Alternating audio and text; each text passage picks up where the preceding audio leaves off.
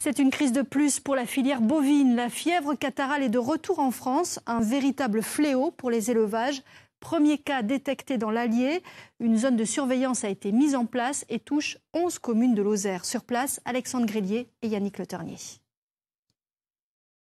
Depuis ce week-end et la découverte d'un foyer de fièvre catarrhale ovine dans l'Allier, Nicolas ne peut plus faire sortir les bêtes de son exploitation. Une tuile pour cet éleveur qui élève notamment des broutards, des bœufs destinés à l'exportation. 6 d'entre eux devaient partir ce jeudi pour s'engraisser en Italie. C'est deux qui me regardent. Ils étaient prêts pour partir en Italie. Et pour l'instant, ils ne partent pas. Ah ben là, on ne peut pas commercialiser. À part pour l'abattoir. Si on a une bête qui va directement à l'abattoir, on peut la faire partir. Mais tous animaux qui sont destinés pour la vie, c'est fermé aujourd'hui. Jusqu'à nouvel ordre. Et on ne sait pas quand est-ce que ça va se terminer, quoi. Pas de vente dans l'immédiat, car la zone de surveillance interdit le transport d'animaux dans un périmètre de 150 km autour du foyer de fièvre catarrhale. 11 communes du nord de la Lozère sont concernées, et plus l'interdiction durera, plus elle coûtera cher aux éleveurs.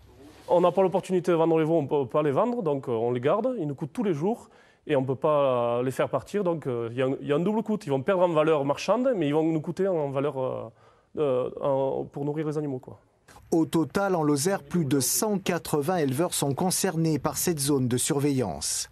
Une mesure que les agriculteurs comprennent, car elle doit protéger leurs animaux de cette maladie qui peut faire des gros dégâts dans les élevages, mais une mesure qui arrive au plus mauvais moment.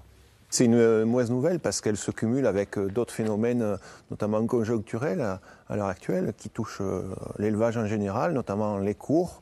Et pour notre zone en particulier aussi, il y a un impact climatique important. On a une sécheresse qui est conséquente et donc il n'y a pas des stocks suffisants cette année pour nourrir déjà les animaux en temps normal et en plus ceux qui devront rester plus longtemps si la commercialisation est handicapée par le virus FCO. Les éleveurs espèrent un assouplissement rapide des zones de surveillance, car le temps est compté. En moins d'un mois, les broutards peuvent perdre jusqu'à 30% de leur valeur.